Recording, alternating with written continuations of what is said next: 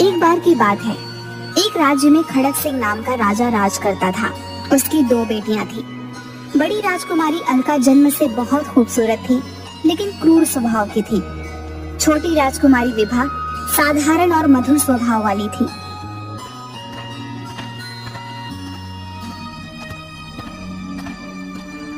पिताजी, मैं जंगल में शिकार के लिए जाना चाहती हूँ।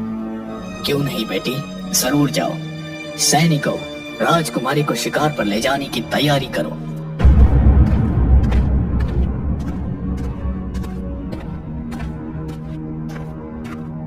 जंगल में राजकुमारी सैनिकों से आगे निकल जाती हैं और एक कुटिया में पहुंचती हैं, जहां एक तांत्रिक जादुई विद्याओं का अभ्यास कर रहा होता है।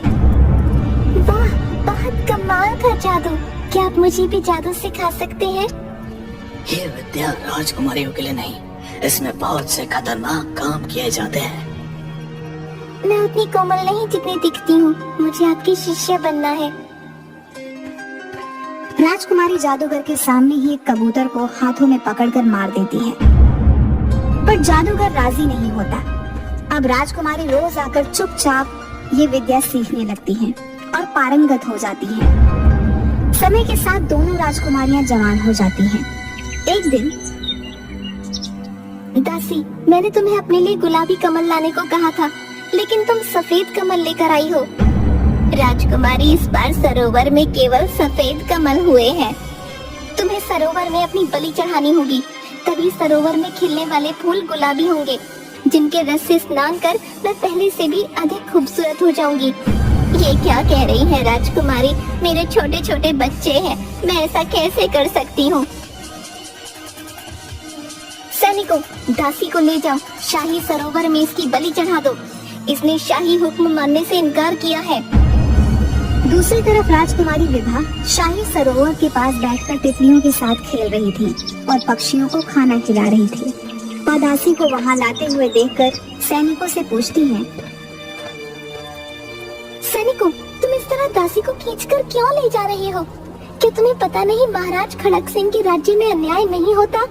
बड़ी राजकुमारी ने गुलाबी कमल के फूलों को रंग देने के लिए सैनिकों से मेरी बलि चढ़ाकर सरोवर में मेरा रक्त डालने की आज्ञा दी है। ये तुम क्या कह रही हो? ये कैसे हो सकता है? बहन इतनी क्रूर नहीं हो सकती। सैनिकों, तुम दासी को छोड़ दो। जब अलका को इस बात का पता चलता है तो वह महाराज से कहती है, देखा पिताजी, ये विवाह मेरे कामों में भी रुकावटें डालने लगी। मेरे आदेश को रद्द कर दिया, मेरा अपमान किया गया है पिताजी। महाराज अपनी बड़ी बेटी अलका से अधिक प्यार करते थे, क्योंकि उसने जादुई शक्तियों से उन्हें अपने वश में कर लिया था। वे विभा को बहुत डांटते हैं।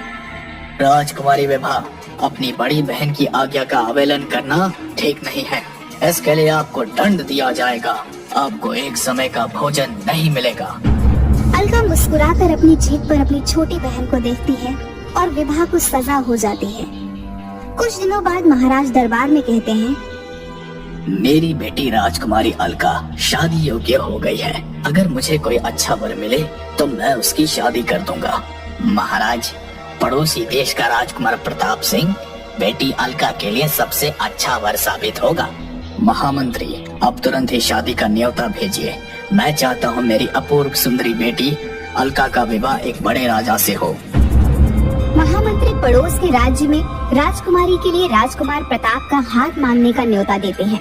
वह उसे मंजूर कर लेते हैं। प्रताप सिंह अपने पिता से कहते हैं, पिताजी, मैंने एक ऐसी राजकुमारी से शादी करूंगा जो प्रजा को प्यार कर सके। मैं खुद राजकुमारी को परखना चाहता हूँ। प्रताप सिंह जीवन साथी की खोज में महाराज खड़क सिंह के राज्य में पहुँचे तो महाराज ने उनका भव्य स्वागत किया। राजकुमार, आप हमारे राज्य में आए, आपका स्वागत है। आपके लिए हमने आज शाम को भव्य आयोजन किया है, आप उसमें जरूर आइएगा। राजकुमार ने मन ही मन सोचा, राजकुमारी को जानने के लिए इससे अच्छा मौका कुछ हो ही नहीं सकता, और उन्होंने राजा का निमंत्रण स्वीकार कर राजमहल पहुँचे। आइए, आपका स्वागत है राजकुमार। मिलिए, ये बड़ी राजकुमारी अलका, अपूर्व सुंदरी, ये आपका पूरा ध्यान रखेगी। आप कैसे हैं राजकुमार? मैं इस राज्य की बड़ी राजकुमारी। मेरी सुंदरता विश्व प्रसिद्ध है। मेरे देश से सभी डरते हैं और मेरी आज्ञा मानते हैं। मैं इन सब की मालकिन हूँ। अपनी सुंदरता पर इतना घमंड? सुंदरता तो कभी भी खत्म हो सकती है राजकुमारी। मुझे तो वो भी भाता है जिसका हृदय सुंदर हो।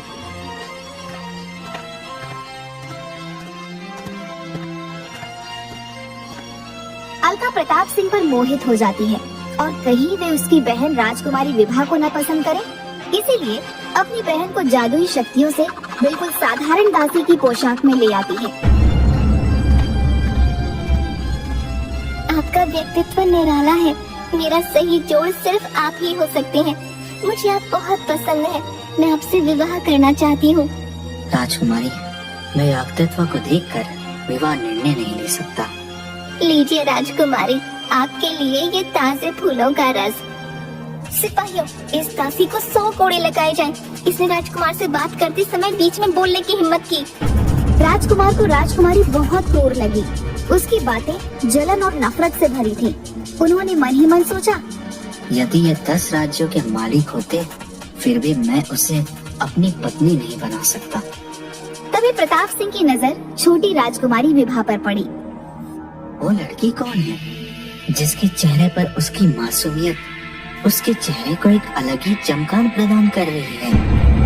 वो मेरी छोटी बहन विभा है। वो किसी योग्य नहीं, उसमें कोई शाही आदत नहीं। हर समय हमारे गुलामों की सहायता में लगी रहती है। जब तुम्हारी तबीयत ठीक नहीं है तो तुम्हें यहाँ आने की क्या जरूरत थी? अब तुम बिल्कुल भी नहीं उठोगी। लो, ये फलों का रस पियो। वाह, ये राजकुमारी दयावान और कोमल है। मैं इनसे विवाह करना चाहता हूँ।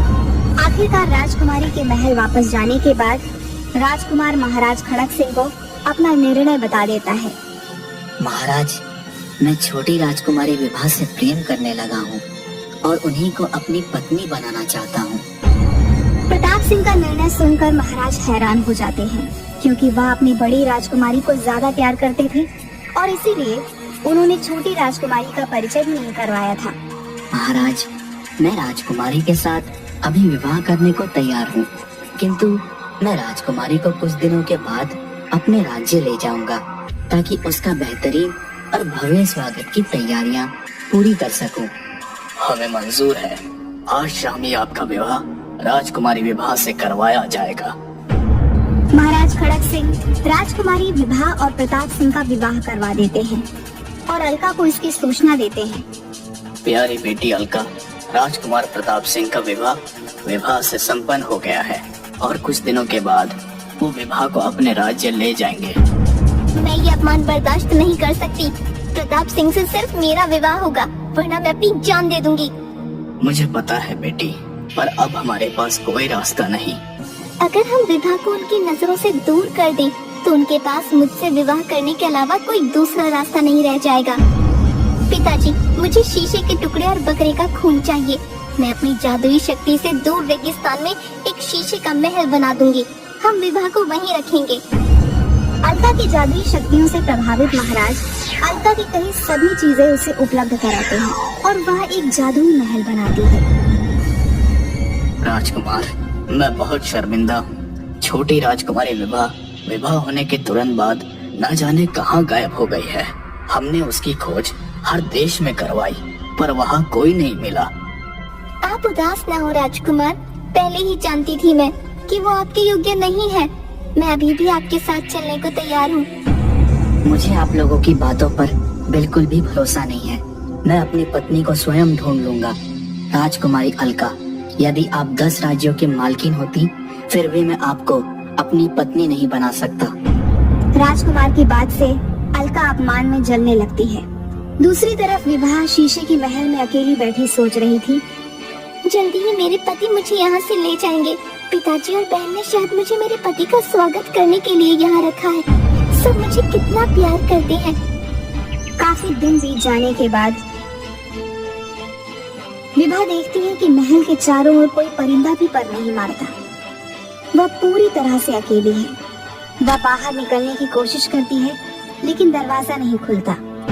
क्या मुझे यहाँ कैद कर दिया गया है? आखिर मेरा क्या अपराध है? क्या अब मैं कभी अपने पति से नहीं मिल सकूंगी? वह महल की छत पर जाती है और चारों तरफ रेत देखकर घबरा जाती है। अचानक छत पर एक रंग बिरंगी तितली आकर बैठ जाती है। तितली, काश तुम मुझसे बात कर सकती। कितने दिन हो गए मैंने किसी से बात नहीं की, किसी को नहीं देखा। क्या तुम मुझसे बात कर सकती हो? प्यारी राजकुमारी, मैं वही हूँ जिसके साथ आप शाही बाग में खेला करती थी। इतने दिन तक आपको वहाँ ना देखकर मैं आपको ढूंढते हुए यहाँ आ गई। क्या तुम मेरा संदेश राजकुमार तक पहुँचा सकती हो?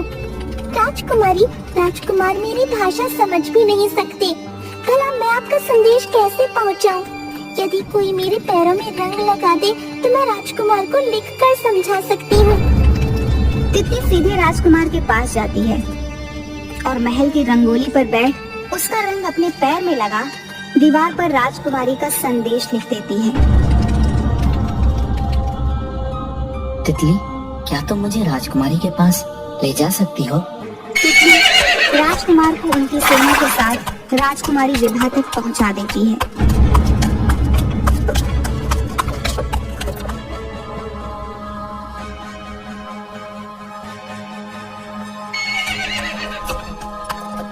राजकुमार उसे सुरक्षित अपने राज्य पर जाने के बाद राजकुमारी अलका के पास जाते हैं।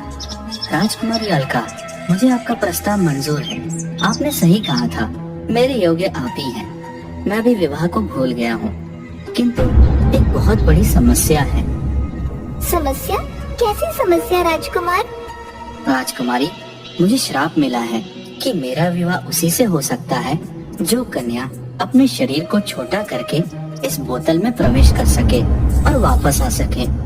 अरे राजकुमार, इसीलिए तो मैं कहती थी आपके लिए सिर्फ मैं ही हूँ, क्योंकि ये काम सिर्फ मैं ही कर सकती हूँ। मैं अपने जादू से इस बोतल में आ सकती हूँ। नहीं नहीं, मैं आपसे बहुत प्रेम करता हूँ। अगर आप इस बोतल में हमेशा के लिए फंस गई तो मेरा क्या होगा? राजकुमार, जब तक बोतल में उसका ढक्कन नहीं लगाया जाए मुझे कोई रोक नहीं सकता। ये देखिए, मैं आपको दिखाती हूँ। जादुई मंत्रों को बोलकर बोतल के अंदर चली जाती है और उसके जाते ही राजकुमार बोतल का ढक्कन लगा देता है और कहता है, तुमने मेरी पत्नी को शीश के महल में कैद किया था। आज के बाद तुम सदा इस बोतल में रहोगी। अब मैं यही बोतल अपनी पत्नी को शादी के उपहार में दूंगा। राजकुमार बोतल विभा को देता है। दयालु विभा अपनी बहन को उसमें तड़पता देख उसका ढक्कन खोल देती है और कहती है, राजकुमार, मैं अपनी बहन को इस तरह तड़पता हुआ नहीं देख सकती। मैंने इन्हें माफ कर दिया है। मेरी शादी का उपहार यही है कि आप इन्हें माफ कर दें। बहन की दया देखकर अलका की आंखों से पश्चाताप और शर्म के आंसू बहने लगते हैं। वह विभा और प्रताप सिंह से क्षमा मांगती है और अपने राज्य वापस चली जाती है। सब खुशी खुशी से रहने लगते हैं।